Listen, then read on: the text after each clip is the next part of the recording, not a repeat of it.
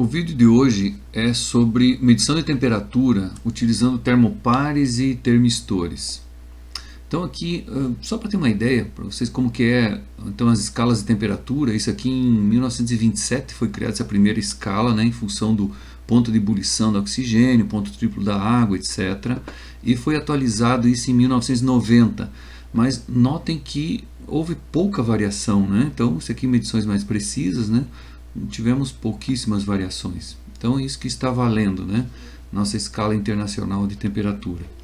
Bom, método mais fácil de medir, termômetro. Então, aqui um detalhezinho, né? Nós temos os termômetros teoricamente de maior precisão, é de imersão total, onde que eu tenho que imergir até onde fica a escala dele, né? Sabendo que o princípio de funcionamento, você tem um líquido aqui dentro que quando aquece, dilata, né? Um líquido dentro do bulbo dilata em cima de uma escala graduada. Esse outro é imersão parcial, é o mais usual, porque a gente é muito difícil de ficar lendo, né, o valor aqui. Então você imerge até um certo ponto. Os bons termômetros de parcial, eles têm uma marca até onde você deve imergir, e você deve medir a temperatura exterior e fazer uma compensação, porque a temperatura exterior também ajuda a dilatar, no caso aqui, o teu líquido que fica aqui dentro do capilar, né? Normalmente os termômetros mais normais que a gente usa, a gente não faz isso, né? Mas saibam que de precisão mesmo são dessa maneira. Outras maneiras de medição. Aqui é ter um bulbo, onde que você pode ter um líquido ou um gás, que quando aumenta a temperatura, aqui, né? Lei de Charles e Gay-Lussac, você aumenta a pressão. Então, para medir essa pressão, tem o dito um tubo de Bourdon em C, que quando você coloca aqui mais pressão aqui dentro, ele tende a esticar.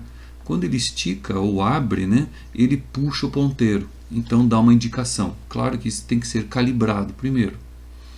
Aqui uma visão melhor aqui deles, né? Então tem uma engrenagemzinha aqui que faz deslocar o ponteiro. É o que temos nos mostradores aí.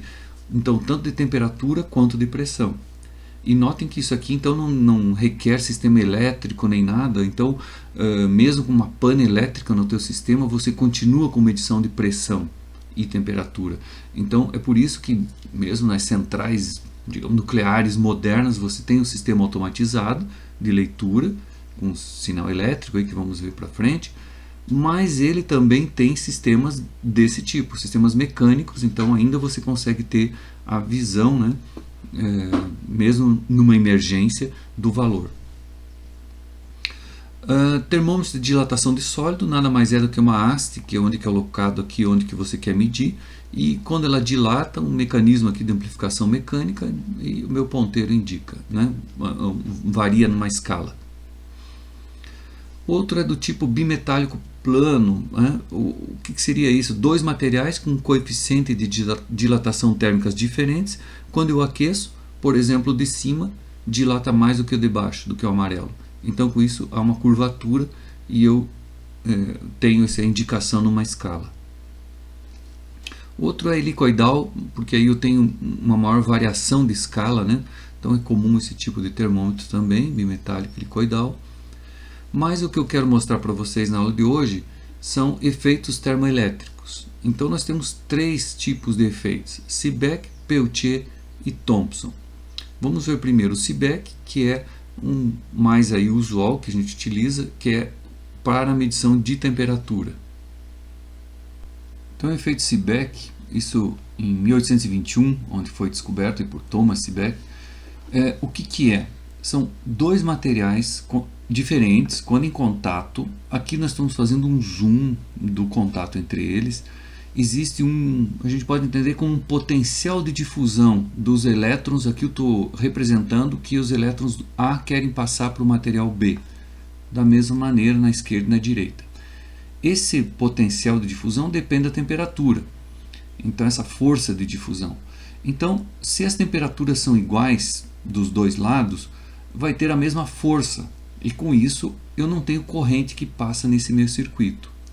Mas se eu aumento a temperatura de um dos lados, por exemplo, T2 é maior do que T1, o potencial do lado esquerdo vai ser maior do que do lado direito, e com isso vai forçar uma corrente elétrica.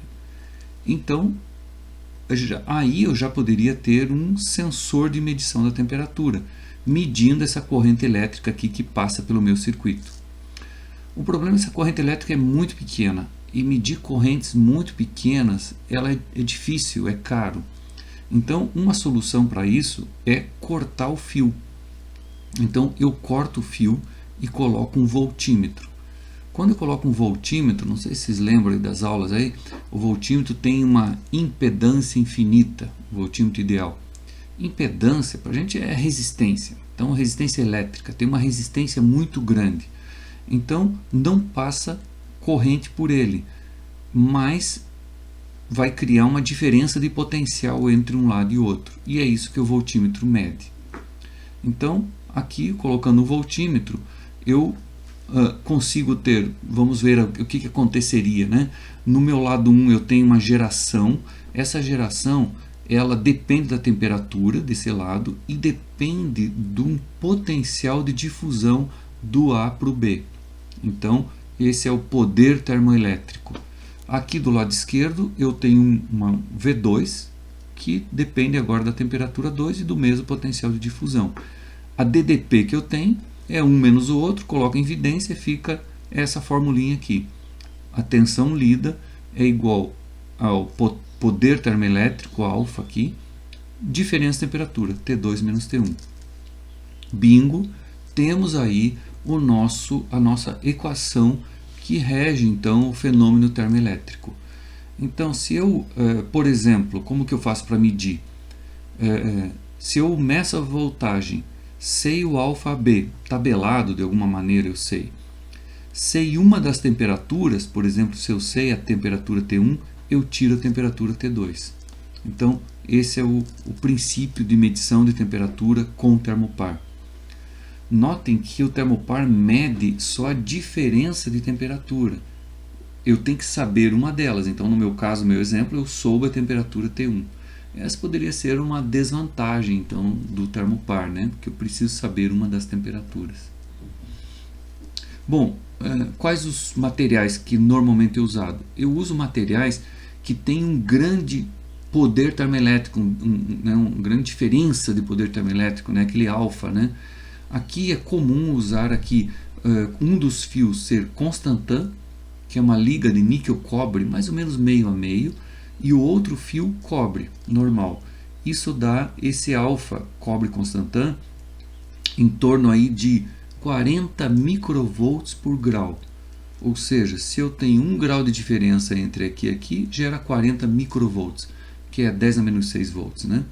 É uma tensão pequena, então está aí um outro problema, pode-se dizer, que eu preciso de um voltímetro de muito boa qualidade para conseguir ler com uma resolução razoável essa tensão que é muito pequena, né? Aqui temos então uma das temperaturas que eu preciso saber, chamada de junta fria ou junta de referência.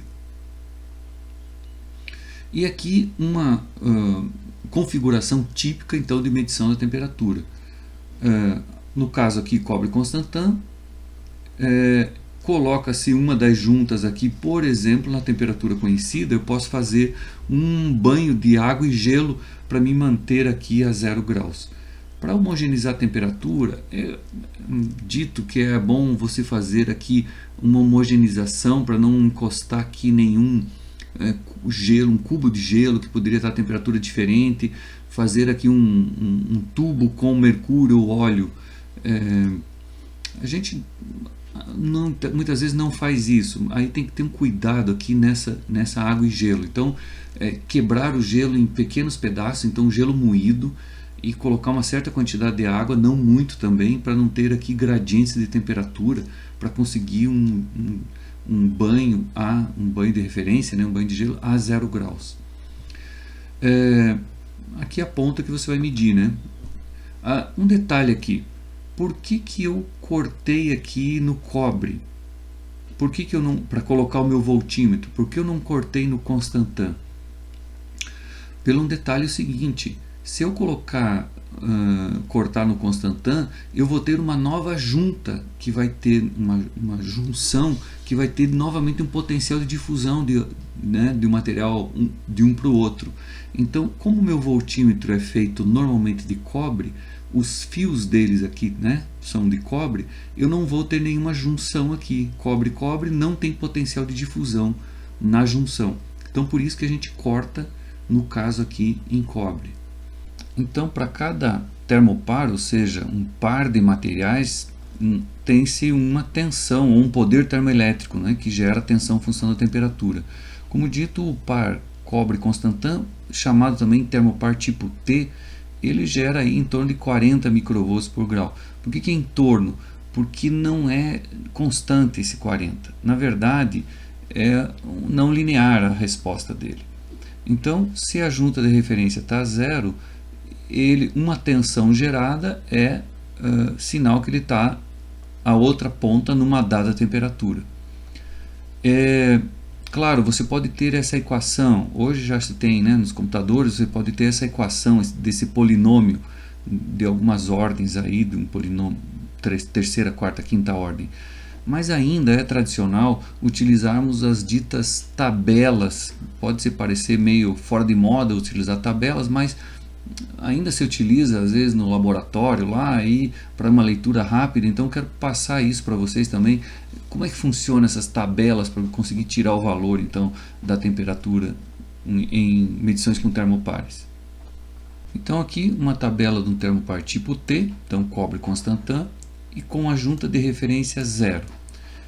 Essa tabela é um pouco estranha, mas é o seguinte: isso aqui é a coluna das dezenas e aqui da unidade. Então notamos aqui, tá aqui a nomenclatura, né, das unidades, tá em cima e embaixo, e o que é mostrado aqui é a tensão em milivolts, né? Então digamos que o teu termopar com junta de referência a zero, essa tabela para junta de referência a zero, deu 3 milivolts ou 3.000 microvolts. Então, o que você vai procurar aqui na tabela onde que tem 3.000? Não tem 3.000, mas tem mais no meio aqui, olha aqui, ó, entre 2.998 e 3.043, está aqui pelo meio. Então, a tua leitura está no meio aqui, entre 70, 71, 72, entre 72 e 73, né? Aqui, ó. Então, faz uma regra de 3 e acha a casa aí do decimal, né? Então, essa é a forma de utilizar essa tabela. Se tem valores negativos, é sinal que está abaixo de zero. Então, você vem para esse lado de cima aqui da tabela, ok? Aqui temos então o termopar tipo T, cobre Constantan.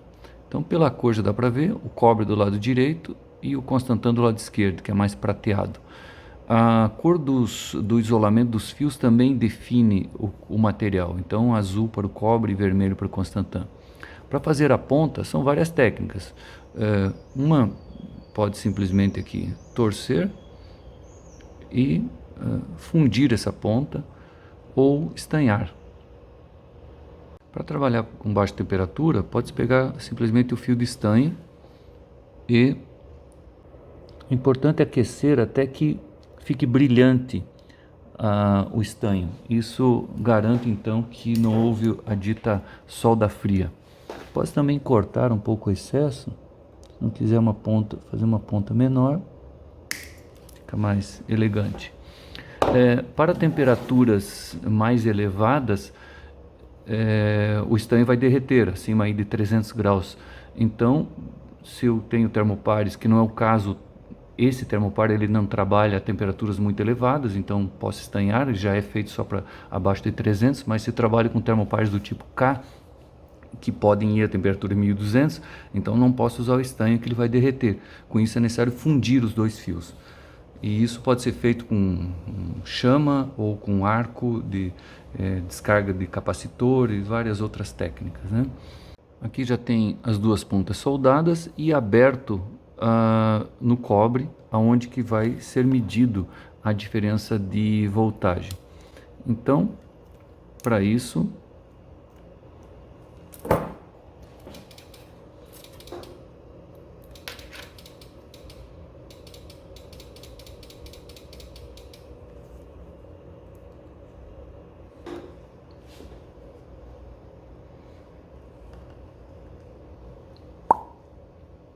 coloca-se então as ponteiras de um multímetro.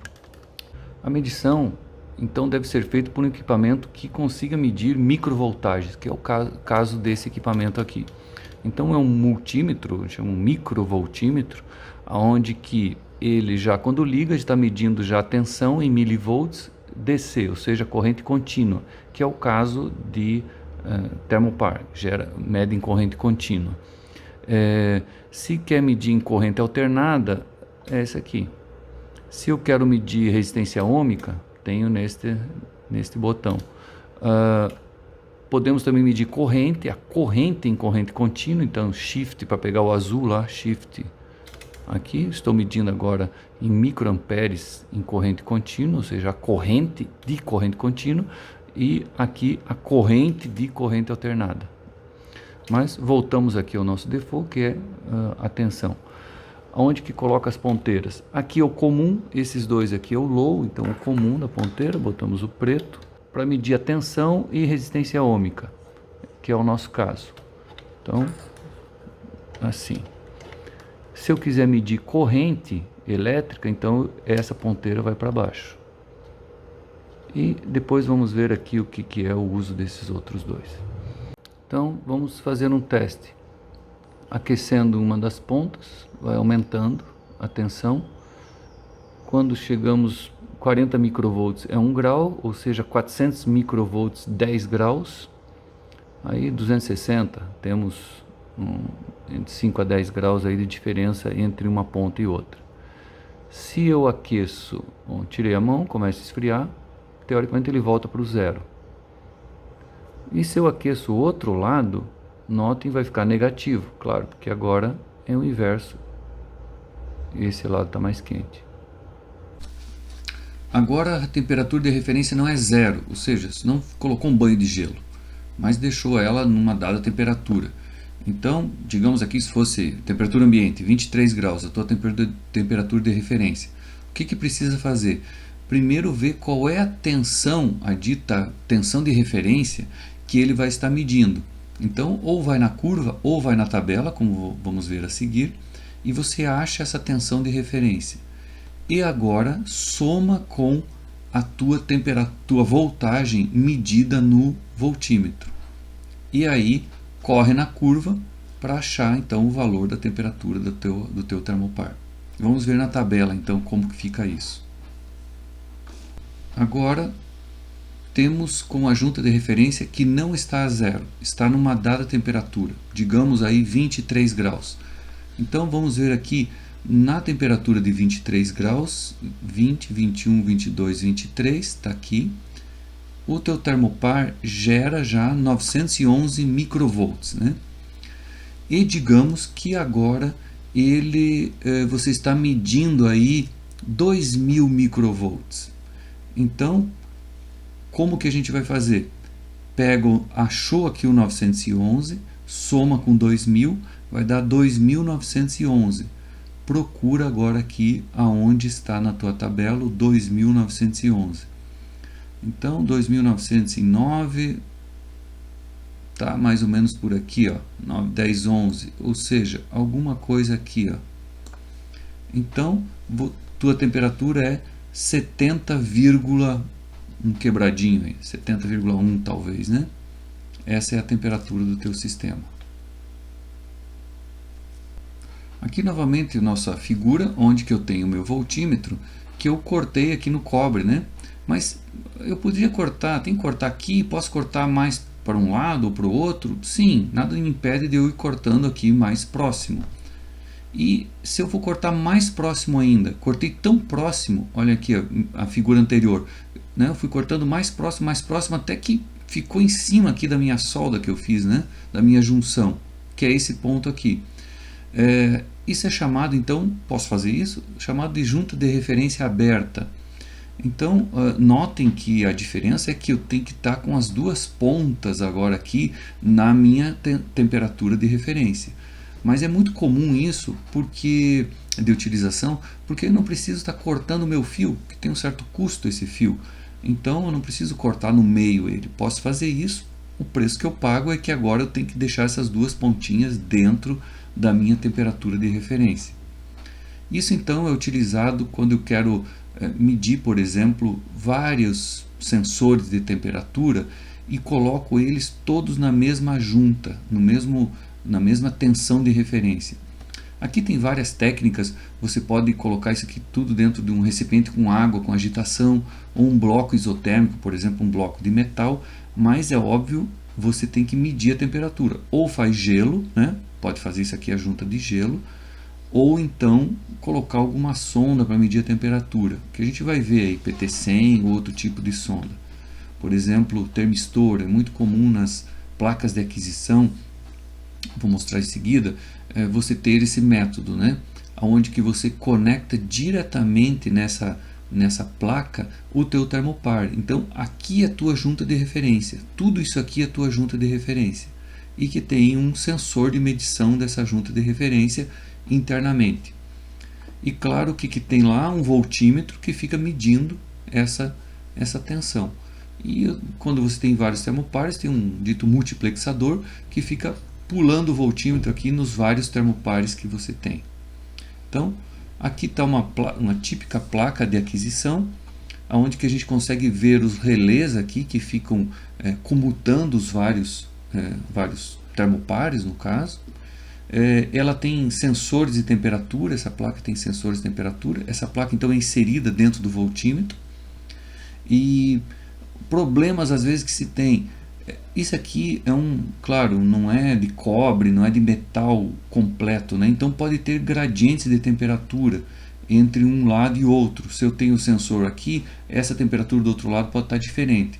E isso dá um erro, né? Então eles tendem a compensar isso colocando os dois sensores, por exemplo, um de um lado, outro de outro, para fazer uma média.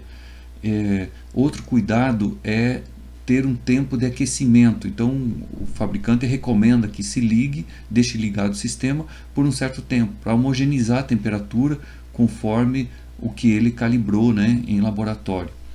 Então, às vezes meia hora, uma hora, isso o manual do fabricante dá. Mas pode ser que tenha erros com isso aí. Para parte, né, a gente usa também diretamente isso, mas às vezes é melhor usar esse método aqui, ó. Então usa um banho isotérmico e aqui você coloca na tua placa de aquisição. Lembre-se, isso aqui já é fio de cobre, né? Então não vai ter problema nenhum da junção, e eu consigo medir, eu garantir no meu bloco isotérmico que eu tenho uma temperatura mais homogênea. Vamos ver um detalhe aqui da questão dos termopares, dita lei dos metais intermediários. O que é isso? Se eu coloco aqui um metal intermediário aqui em verde nessa configuração de termopar, não teria influência na medição da voltagem se essa temperatura for igual, ou seja, a temperatura da esquerda for igual à temperatura da direita. Por quê? Imaginem que o verde tem um potencial de difusão para o lilás. Nessa temperatura ele tem um certo potencial de difusão, e se a temperatura é igual do outro lado, ele vai injetar também, né, tentar difundir elétrons na mesma força, poderia se dizer, e com isso não influencia o voltímetro. Então isso pode ter uma aplicação aqui. Por exemplo, eu tenho aqui um local que eu quero medir a temperatura e distante está a minha sala de instrumentação, e eu não quero gastar dinheiro aqui com um fio de termopar. Esses termopares então têm um certo custo, porque eles são um material, mesmo sendo cobre, mas eu tenho que ter uma pureza 99,99, constantando a mesma coisa. Então eu poderia colocar aqui um outro fio qualquer. Então, se essa temperatura do lado esquerdo for igual à da direita, não tem problema nenhum.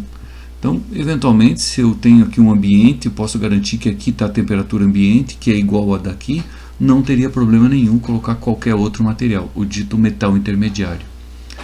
Mas nem sempre eu consigo garantir que eu tenho a temperatura homogênea, por exemplo, aqui num ambiente qualquer, né? Então, uma coisa que pode ser feito para reduzir o custo, ao invés de colocar um material, por exemplo, com pureza de tabela aqui 99,99, eu posso colocar um outro material que tem as mesmas propriedades. Com isso, não existe um potencial muito grande de difusão entre, por exemplo, um verdadeiro cobre e um quase cobre, né, com pureza não tão grande. Então, esse potencial é muito pequeno. Então, mesmo que eu tenha uma diferença de temperatura eventual entre esse ponto e esse, como o potencial de difusão é pequeno, isso não vai gerar uma DDP grande, né? Então essa é a razão aí que a gente usa pode usar, né, se for o caso, para economizar, usar esse tipo de artifício. Então temos a definição de cabo de extensão, é o termopar propriamente dito, com uma pureza aí de 99,9. E já o cabo de compensação, então ele tem uma impureza inferior, por isso um custo inferior, e como limitação uma menor temperatura de operação, e que às vezes a resposta não é exatamente igual àquela de um cabo de extensão com a pureza definida. Mas ele pode ser usado também, e muitas vezes é utilizado, apenas cabo de compensação, pelo custo dele, fazendo uma calibração e com isso melhorando, então, reduzindo essa incerteza. Aqui já é um termopar cromel-alumel. Notem que a cor agora é muito parecida, são os dois prateados. Então eu só consigo definir quem é quem pela cor do isolamento, que posso ir numa tabela e descobrir quem é o cromel e quem é o alumel. Esse aqui, ele já é um termopar para temperatura mais elevada, então vemos até pelo isolamento em fibra de vidro. Aqui uma tabela de cores dos termopares. Então notem lá o tipo K, é o nosso amarelo-vermelho, mas isso para esse ANSI que é mais americano. Aqui teoricamente seria internacional ou de outros países, veja que muda muito, né? Então às vezes fica difícil de ver, tem que saber de que país veio o cabo. Normalmente utilizamos esse padrão aqui do ANSI, aqui no Brasil é o mais comum a gente utilizar. Os limites de erro são apresentados aqui também, note que são erros máximos dentro de todo o range dele, e que os fabricantes hoje estão melhorando a pureza, etc. Então se consegue erros muito menores mesmo sem calibração, ou então calibra-se ele. Mais embaixo aqui é aquilo que a gente via, né? Aparece aqui quem é o positivo e o negativo, cromel-alumel, por exemplo, do tipo K, faixa de temperatura de cada tipo aqui de termopar. Então notem aqui que tem uma série de tipos. Um tipo muito comum é o termopar tipo K, que já é mostrado, então ele é o cromel-alumel. Aqui embaixo tem a faixa de utilização dele, então chega a alta temperatura e resistente à oxidação. E aqui os limites de erros, ou seja, usando a tabela, né, ele dá esse erro devido à pureza, etc. tal do termopar. Então, mas também é comum ter ele não só na forma de fio, mas na forma desses ditos cabeçotes, onde que para medir fornos, etc., em alta temperatura. Então, como ele é formado dentro, eu tenho o fio propriamente dito, né, cromel-alumel, separado com isoladores cerâmicos nesse cabeçote aqui. E daqui sai, nessa tampa, eu conecto então os fios. Então, aqui uma indicação. Aqui nós temos o termopar tipo K com a tampa dele, digamos a tampa, mesmo que eu estou medindo um forno aqui, digamos 500 graus, a minha tampa lá em cima vai estar aqui, um exemplo aqui, 38 graus. Eu posso colocar um cabo aqui de compensação e colocar no meu registrador. Aqui está feito um pouco a continha, né? Se o meu registrador está a 24 graus, ele gera 960 mV. Depois o meu cabeçote a 38 gera 1500, ou seja, um DDP aqui de 0,560 mV, e depois o próprio tensão aqui da DDP gerada pelo termopar. Então dá erro zero, estou medindo certo. Agora, o que acontece se eu ligo isso aqui com um fio de cobre? Então, lembre-se, esse cabeçote agora continua com 38 graus, ou seja, esse cabeçote não está na temperatura ambiente, na dita junta de referência, nessa temperatura do registrador, que é 24 graus. Então aí vai ocorrer um erro.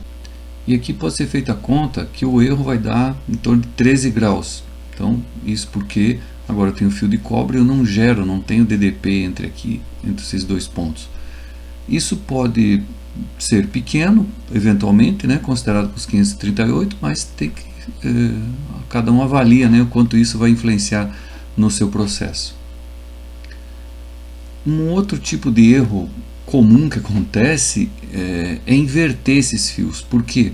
Como vimos, o termopar tipo K, ele não é difícil de diferenciar visualmente, a cor dele é igual aos dois fios, o cromel e o alumel. Então pode ser que você inverta sem querer a ligação. e isso então dá um erro aqui, feitas as contas aí, de 27 graus, ou seja, começa a já ficar importante. Agora, como que poderia, sem fazer uma análise química do fio, saber se está ligando certo ou errado? Tem uma tática. Vamos voltar ao slide anterior. Imagine se aqui está ligado certo, então. Eu tenho cromel aqui, continua cromel, alumel, alumel. Se eu coloco meu dedo aqui, ou seja, eu dou um ponto de aquecimento nessa junção, como de um lado é cromel e do outro é cromel também, não vai ter geração termoelétrica, ou seja, eu não tenho nenhuma variação no meu registrador, no meu voltímetro. Já se eu tiver no modo invertido atrás aqui, e eu coloco o dedo, agora vai ter uma junção termoelétrica. Um fio eu estou com cromel e o outro aqui é alumel. Então essa tática de você colocar o dedo em cima é bom, funciona e é barato. Vamos aqui a uma nova maneira de usar os termopares, que é a associação em série. Fazer as ditas termopilhas, ou seja, uma pilha de termopares. O que é isso? São colocar os termopares em série, por exemplo aqui Constantan cobre, e o que vai acontecer com o sinal? Esse sinal vai amplificar, ele vai ser igual a n vezes o número de termopares que eu tenho. É como se tivesse uma pilha de 1,5 V ligada em série com uma pilha de 1,5 V, dá 3 volts, né? Então essa é uma aplicação. E aqui uma aplicação não tão usual, mas vamos passar aqui, que é ligar em paralelo. Quando eu ligo em paralelo, eu consigo ter essa tensão como a média. Na verdade, é uma temperatura média até ponderada em função da resistência elétrica do fio. Se esse fio é mais longo, ele não pondera, a média não é dividir por 3 exatamente. Esse fio mais curto tem um pouquinho mais de peso do que o outro. Isso pode ser mostrado matematicamente. Muitas vezes eu posso utilizar um equipamento desse tipo conectando diretamente o termopar. Então ele já tem uma medição da temperatura interna, que é a temperatura de referência, e faz a conta e já coloca no display o valor. Eu preciso dizer que tipo de termopar é, no caso aqui tipo K. Então esse conector ele já é especial. Então notamos que ele é feito especialmente já para esse termopar tipo K, pela cor, e os conectores aqui, os pinos, já são também de material cromel e alumel, e eu tenho que tomar cuidado que o sentido de ligação, no caso aqui é o fio vermelho que é conectado no negativo e o amarelo no positivo. Então vamos aqui o tópico calibração. Por que eu vou calibrar um termopar? Eu calibro se eu não confio no meu fornecedor, ou se eu estou usando materiais que não têm pureza 99,99. Então, o que é o objetivo? É levantar aquela curva que tínhamos visto. Ou seja, eu vou medindo a tensão gerada pelo termopar em função da temperatura lida por um padrão. E eu vou tendo os vários pontos aqui para então determinar a equação, essa minha curva. Bom, vamos começar aqui pelo banho de referência. É claro que eu posso usar aqui uma pipeta com mercúrio, óleo. Na prática a gente acaba não usando isso, colocando o termopar diretamente aqui na mistura água e gelo. Os cuidados, né, com o salão, esse gelo tem que ser picado, muitas vezes é bom ele triturar isso num liquidificador ou moer ele muito bem e colocar aí uns 20 a 30% de água numa garrafa térmica, isolar a parte de cima porque pode ter calor entrando aqui, e ter uma certa profundidade de gelo para colocar de água na garrafa térmica para colocar o termopar para dentro, não deixar o termopar muito na superfície, porque aí eu tenho o efeito de ponte térmica. Então, e não deixar talvez encostar até o fundo, que eventualmente o fundo pode ter também aqui, devido ao mau isolamento da garrafa, uma temperatura um pouco diferente, deixar ele mais ou menos do meio para baixo. Aqui em relação ao banho, então eu posso ter o dito banho termostatizado. O que é importante nisso? Que eu tenha agitação, uma agitação mecânica, uma bomba ou um agitador aqui dentro para homogeneizar essa temperatura. Normalmente esses banhos eles têm um sistema de aquecimento e refrigeração simultâneos. Mas também pode-se fazer um caseiro, de não ter refrigeração. Simplesmente bota um aquecedor elétrico aqui e vai aquecendo o teu reservatório em diferentes patamares e levantando os diferentes pontos, né? Os banhos aqui, você pode, né, tem mercado aqui, peguei alguns exemplos, desde banhos mais baratos até banhos mais caros, dependendo então da faixa de temperatura também. E aqui um problema na utilização dos termopares. Um detalhe que a gente tem que cuidar às vezes é curto-circuito. Então, nos termopares é comum que se eu encostar os dois fios antes da minha ponta, o que acontece é que é aqui que mede a temperatura. Porque imagine se eu tenho linhas de corrente elétrica, elas vão estar passando por aqui e já vão fazer o retorno. Então, nem considero o ponto que está aqui atrás. Então, isso é um cuidado a se ter. Outra questão na medição da temperatura superficial. Quando eu só coloco a pontinha sobre uma superfície que eu quero medir, por exemplo, a superfície quente, eu posso ter um efeito aleta aqui, perder calor pelo fio que está numa temperatura diferente da temperatura superficial, e um erro. Então, uma tática para fazer isso é deitar o fio sobre a superfície, colar ele de alguma maneira, e com isso eu reduzo esse problema. Aqui já é um termopar construído com conjunto de referência aberta, ou seja, aqui na esquerda temos a ponta já feita. Note que foi colocado até um esmalte de unha para dar uma isolada na hora de calibrar, para a água não ter contato elétrico, né? Essa ponta então ficaria, se eu for calibrar ele, no banho quente, e essa outra ponta aqui ficaria então na junta de gelo, aonde que está saindo aqui o fio de cobre, aonde que vai para o voltímetro, fio comum. Aqui também colocado aqui um esmalte em volta, e isso colocado então dentro da garrafa térmica. E aqui temos nosso segundo efeito termoelétrico, que é o efeito Peltier, descoberto em 1834.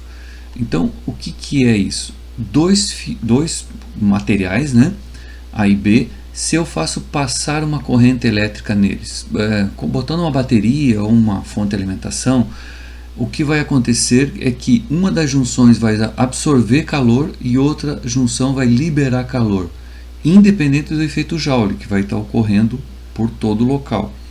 Então, essa quantidade de energia que é absorvida, esse calor que depende do poder termoelétrico, ou da diferença do poder termoelétrico entre os dois materiais, da corrente, da intensidade de corrente que vai estar atravessando, e da temperatura em Kelvin de cada junção. O interessante é que ele é reversível. Se eu inverto a corrente para o outro lado, agora esse lado aqui vai absorver e o outro lado vai liberar. Vamos fazer depois uma demonstração desse efeito aí, que é bastante interessante e com aplicações aí já comerciais. E o nosso último efeito é o dito efeito Thomson aí de 1851. Ele não tem muita aplicação comercial, né, mas é um efeito que existe.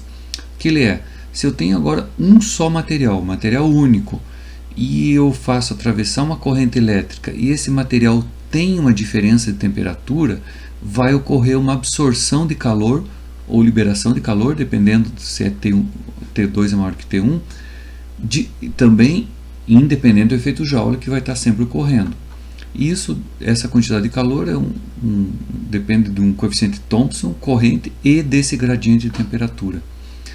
Nota então que isso pode ocorrer, por exemplo, no fio elétrico que você tem em casa, quando a corrente está atravessando e se tem uma diferença de temperatura entre um lado e outro, vai ocorrer essa leve, eventualmente, redução da temperatura por efeito Thomson, e quando a corrente passa pelo outro lado, um leve aquecimento, independente do Joule.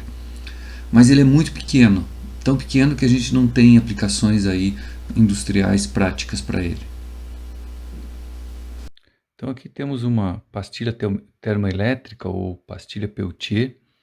Então a gente não consegue ver aqui dentro, mas ela é formada pelos elementos, né, do termopar, que aqui no caso é bismuto e antimônio, que dão um grande poder termoelétrico. Então injetando uma corrente eu consigo ter um grande fluxo, né, segundo a equação lá do Peltier.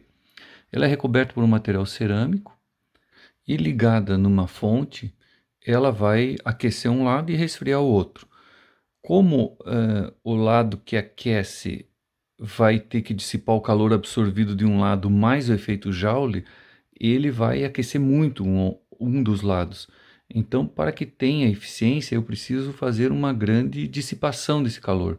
E para isso nós vamos usar aqui um dissipador relativamente grande, com ventilador, e vamos ligar e vamos avaliar qual a temperatura que vai chegar. Para melhorar o contato térmico, vou colocar uma gotinha d'água aqui, isso já ajuda. E colocar a pastilha em cima e vamos ligar a fonte. Vamos colocar aqui em torno de 6 volts, puxando uma corrente bem razoável e vamos medindo a temperatura. E já caindo rapidamente. 8 graus, 3 graus e meio, 2, 0 grau, menos 1,5, menos 3, menos 5. Então chegou a uma temperatura bastante baixa, menos 7, deve estabilizar em menos 8, alguma coisa assim. Então botando o dedo aqui, bom, vocês não vão conseguir ver, mas dá uma tá bastante gelado. Depois de um tempo a gente começa a ver condensação de água aqui. Acho que com a luz aqui não é possível ver, e começa a formar até gelo. Isso então poderia dizer, não, ele tem super bom isso aqui para fazer um resfriador, um refrigerador ou ar condicionado, né, gelando tanto. Mas não é bem assim. Em comparação com os outros sistemas térmicos, ele não tem uma potência, nenhuma eficiência muito boa. Então, se eu começar a colocar alguma coisa mais quente aqui, logo esquenta essa temperatura. Então, ele não tem uma eficiência, tanto que não é utilizado muito em refrigeração. Agora começa alguns tipos de geladeiras pequenas, tipo frigobar, utilizar esse sistema para resfriamento. Ou aquelas lancheiras que usa no carro, porque pode usar corrente direta, né, corrente contínua aqui, vindo diretamente do veículo, né? Então por isso ela tem essa utilização. Vou ver se eu conseguia mostrar aqui a formação do gelo, mas eu acho que não, já está uma camada dura de gelo aqui, não vai dar para ver. Bom, mas notem, eu tive que usar um dissipador bastante potente. Se eu tirar ele daqui do contato ou desligar esse cooler, o que vai acontecer é que essa superfície embaixo começa a esquentar tanto que esquenta de cima também e pronto, já não esfria mais. Então por isso funciona muito bem se eu tenho um super sistema de resfriamento. Aqui deixei 10 minutos no máximo, 5 minutos talvez, já formou aqui uma boa camadinha de gelo, tá vendo? Então funciona, o sistema funciona.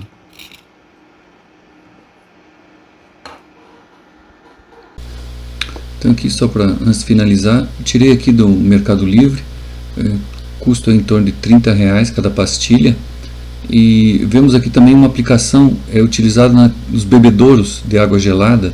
Então utilize esse módulo para resfriamento.